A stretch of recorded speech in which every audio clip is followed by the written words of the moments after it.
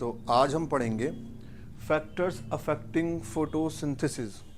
आपने photosynthesis chapter लगभग पूरा कर लिया है। C3 C4 प्लांट्स के बारे में जान लिया है, लाइट रिएक्शन डार्क रिएक्शन के बारे में जान लिया है। आज हमें देखना है वो कौन सी चीज़ें हैं जो फोटोसिंथेसिस को अफेक्ट कर सकती हैं। वो फैक्टर्स जो रेट ऑफ फोटोसिंथेसिस यानी कि कितनी फोटोसिंथेसिस होगी इसको कंट्रोल करेंगे, अफेक्ट करेंगे। तो एनसीईआरटी कहती है दो फैक्टर्स होते हैं जो फोटोसिंथेसिस को अफेक्ट करते हैं। उनमें से एक है इंटरनल फैक्टर्स यानी कि एक ग्रुप जो इंटरनल है, और एक एक्सटर्नल फैक्टर्स। इंटरनल फैक्टर में आते हैं कि प्लांट में नंबर कितना है लीव्स का, मीजोफिल सेल कितने हैं, प्लांट की लीफ की ओरिएंटेशन कैसी है, प्लांट में क्लोरोप्लास्ट कितने हैं, प्लांट के अंदर CO2 की कंसंट्रेशन कितनी है। ये सारी चीजें इंटरनल फैक्टर्स में आती हैं। और एनसीईआरटी कहती है, और आप जानते भी हैं, कि ये इंटरनल फैक्टर्स जीन पे डिपेंड करते हैं, ये जेनेटिक है। इसलिए आज हम इन फैक्टर्स के बारे में नहीं पढ़ेंगे, हम पढ़ेंगे एक्सटर्नल फैक्टर्स के बारे में जो फोटोसिंथेसिस को अफेक्ट करते हैं। और वो एक्सटर्नल फैक्टर क्या है? कहना 4 फैक्टर हैं एक्सटर्नल। एक तो CO2 की कंसंट्रेशन कितनी है,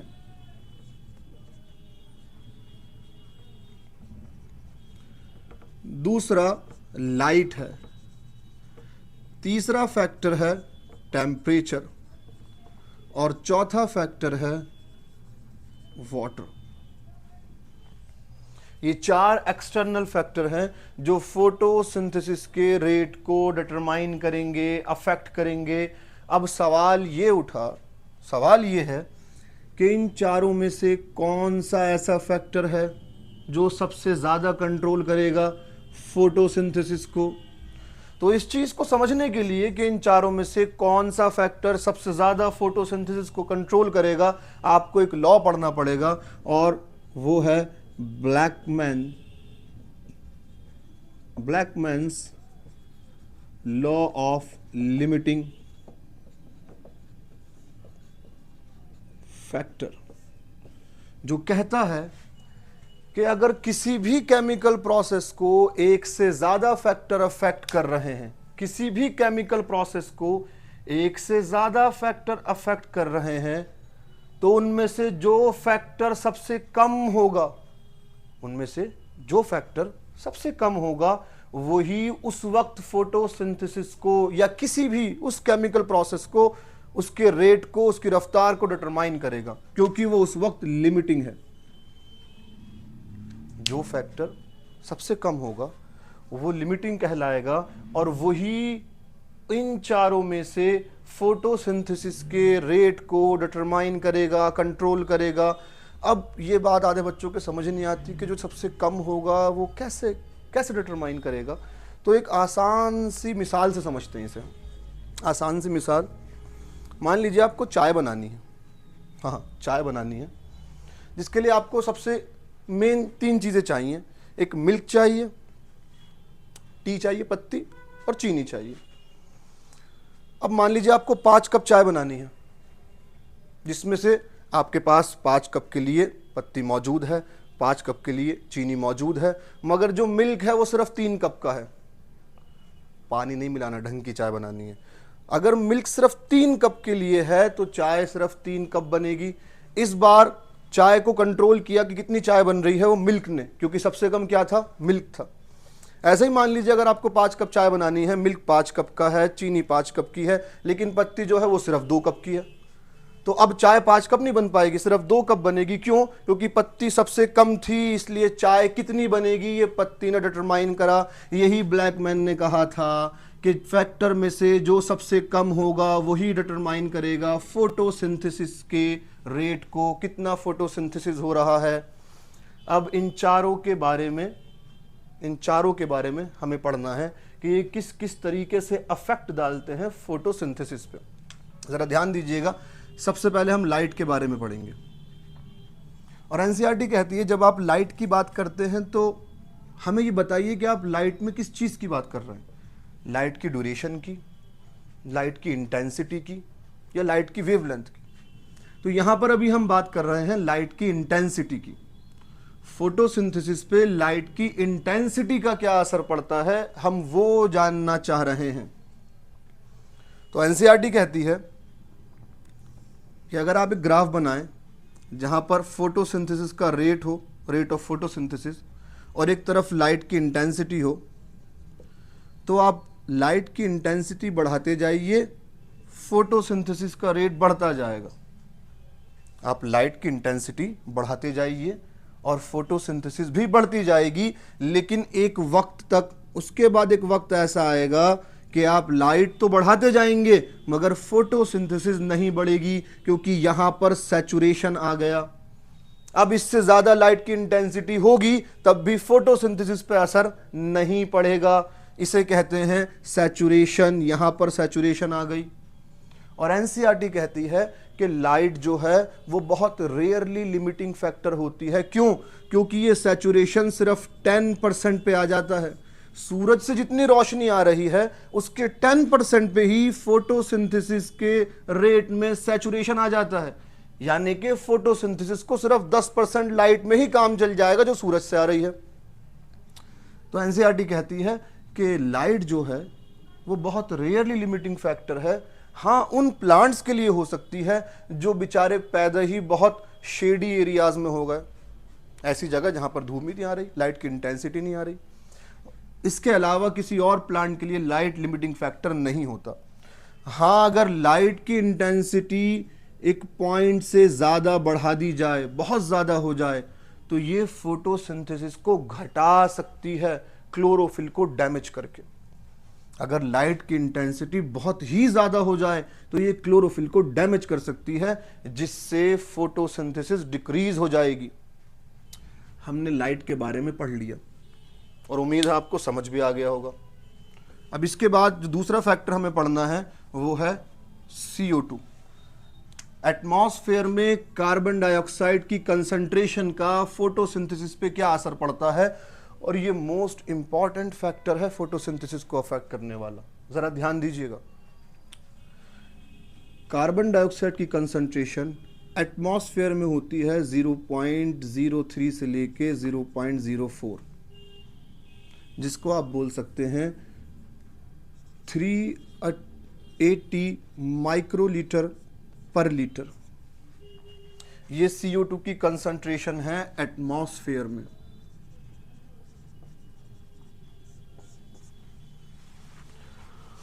और C3 प्लांट्स और C4 प्लांट, इनमें थोड़ा सा डिफरेंस है। यहां पर C4 प्लांट को CO2 की कंसंट्रेशन चाहिए 360 माइक्रोलीटर पर लीटर। अब मुझे बताइए, एटमॉस्फेयर में 380 है और C4 प्लांट का सैचुरेशन आ जाता है 360 पर, क्या इनको कभी भी CO2 कम पड़ेगी? नहीं, इनको CO2 कम नहीं पड़ेगी। क्यों? क्योंकि एटमॉस्फेयर में 380 है और इनको सैचुरेशन इनको चाहिए मैक्सिमम 360, उसमें इनका काम हो जाएगा। लेकिन C3 प्लांट को CO2 चाहिए होती है 450 माइक्रोलीटर पर लीटर। इसलिए C3 प्लांट के लिए CO2 हमेशा लिमिटिंग फैक्टर होती है, क्योंकि इसकी कंसंट्रेशन एटमॉस्फेयर में 380 है और C3 प्लांट का सैचुरेशन आता है 450 पे। अब जरा ध्यान से सुनिएगा मेरी बात। इसलिए जब हमने C3 प्लांट को, जैसे कि टोमेटो, जैसे कि बेल पेपर, एग्जाम्पल दे रखा है एनसीईआरटी में, ये C3 प्लांट को जैसे कि टोमेटो, जैसे कि bell pepper greenhouse effect में ग्रो किया, CO2 की कंसंट्रेशन ज्यादा करके ग्रो किया, तो उनकी प्रोडक्टिविटी इंक्रीज हो गई। और बस यही पढ़ना था आपको CO2 एक्सटर्नल फैक्टर के बारे में। तीसरा है टेम्परेचर। और एनसीईआरटी कहती है कि टेम्परेचर, आप जानते हैं कि फोटोसिंथेसिस पूरा का पूरा प्रोसेस एंजाइम के जरिए होता है। लिविंग सिस्टम में सारे केमिकल रिएक्शन जो भी हो रहे हैं वो एक एंजाइम कराता है, और टेम्परेचर का डायरेक्ट असर पड़ता है एंजाइम पे। इसलिए टेम्परेचर अगर बहुत ज़्यादा हो जाए तो एंजाइम काम नहीं कर पाएंगे और ये असर पड़ेगा डायरेक्ट फोटोसिंथेसिस पे, क्योंकि एंजाइम काम नहीं करेंगे तो फोटोसिंथेसिस भी नहीं होगा। और उसमें मेनली कौन सा रिएक्शन? Dark reaction. उसके बाद अगर वाटर की बात करें तो एनसीईआरटी कहती है वाटर जो है वो डायरेक्ट असर नहीं डालता फोटोसिंथेसिस पे, लेकिन अगर पानी की कमी हो जाए तो विल्टिंग ऑफ लीफ हो जाती है। अगर पानी की कमी हो जाए तो विल्टिंग ऑफ लीफ, पत्तियां मुरझा जाएंगी, जिससे फोटोसिंथेसिस के लाइट एब्जॉर्प्शन का सरफेस एरिया घट जाएगा। और जब सरफेस एरिया घटेगा लीव्स की विल्टिंग हो जाएगी, तो इस तरीके से फोटोसिंथेसिस के रेट पर असर पड़ेगा और वो डिक्रीज करेगा। तो आज हमने ये पढ़ लिया कि ये चारों फैक्टर्स किस तरीके से फोटोसिंथेसिस को अफेक्ट करते हैं। ये चारों फैक्टर किस तरीके से फोटोसिंथेसिस को अफेक्ट करते हैं। इसी के साथ आपका फोटोसिंथेसिस चैप्टर खत्म हुआ। अब हमें एनसीईआरटी में जो एक टेबल दे रखी है 13.1 उसके बारे में पढ़ना है, वो फिल करनी है। एनसीईआरटी अपने साथ लेकर बैठिएगा। आप जानते हैं दोनों प्लांट्स के बारे में, C3 प्लांट जिनमें मीजोफिल काम कर रहा था और C4 प्लांट जिनमें मीजोफिल और बंडल शीट सेल काम कर रहे थे। Bundle sheath cell Kranz anatomy आ गई थी C4 प्लांट के अंदर। Kranz anatomy, bundle sheath cell vascular bundles के आसपास ऐसे लगे हुए होते हैं सर्कल में, जिसको हम रथ लाइक स्ट्रक्चर बोलते हैं, क्रैंस एनाटॉमी, जो C4 में पाई जाती है। अब एक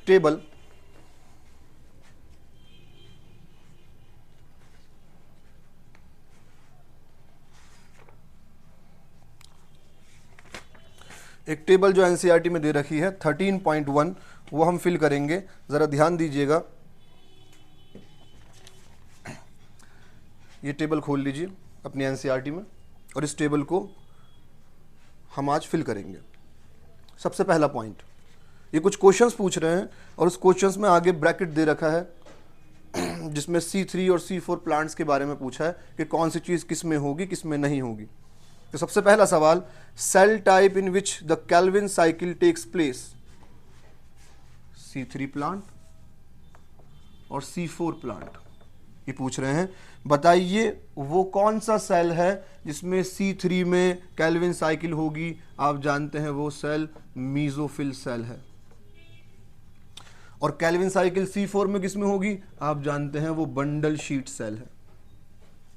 उसके बाद ये पूछ रहे हैं cell type in which the initial carboxylation reaction occur, कौन से सेल में सबसे पहले कार्बोक्सिलेशन होगी, यानी कि कार्बन डाइऑक्साइड जाकर सबसे पहले कौन से सेल में जुड़ेगी किसी कंपाउंड से। तो C3 में आप जानते हैं वो मीजोफिल सेल है, RuBP से जुड़ती है। और C4 के अंदर भी वो मीजोफिल सेल ही है, C4 के अंदर भी वो मीजोफिल सेल ही है जिसमें कार्बन डाइऑक्साइड जाके सबसे पहले जुड़ती है। उसके बाद तीसरा सवाल, how many cell type does the leaf have that fix CO2, कितने सेल चाहिए CO2 को फिक्स करने के लिए। C3 में बस एक सेल चाहिए, मीजोफिल सेल, जिसमें लाइट रिएक्शन भी हो रही थी और डार्क रिएक्शन भी हो रही थी। जबकि C4 के अंदर 2 सेल चाहिए CO2 को फिक्स करने के लिए, एक मीजोफिल सेल और एक बंडल शीट सेल।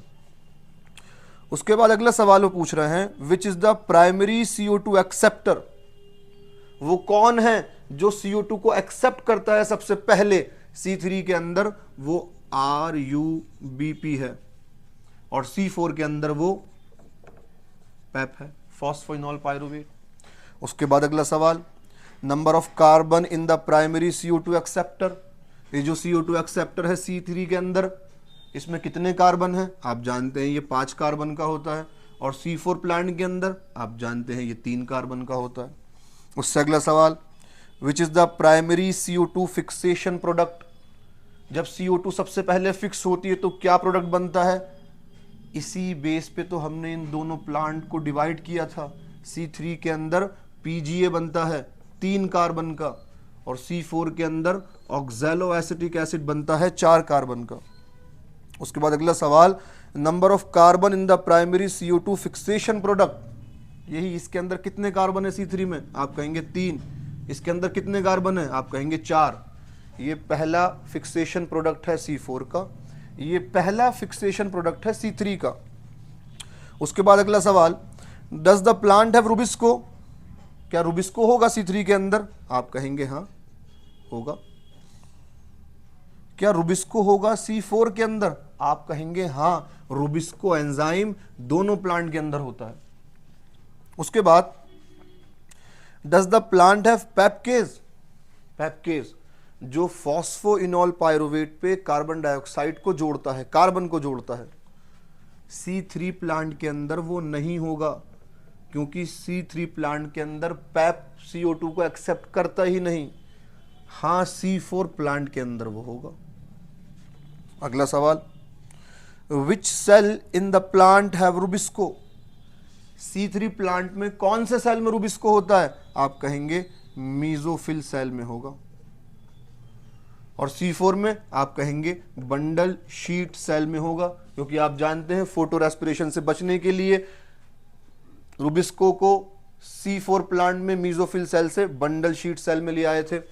अब यहां देखिए C3 और C4 प्लांट। इससे अगला सवाल, CO2 fixation rate under high light condition, CO2 fix किस रफ्तार से होगी अगर लाइट की कंडीशन बहुत ज्यादा है, हाई लाइट कंडीशन। तो आप जानते हैं C3 के अंदर CO2 की फिक्सेशन लो हो जाएगी, क्योंकि C3 के अंदर जब लाइट की कंडीशन ज़्यादा होगी तो फोटो रेस्पिरेशन हो जाएगा, इसलिए फिक्स होने की रफ्तार कम हो जाएगी। C4 के अंदर हाई ही रहेगी,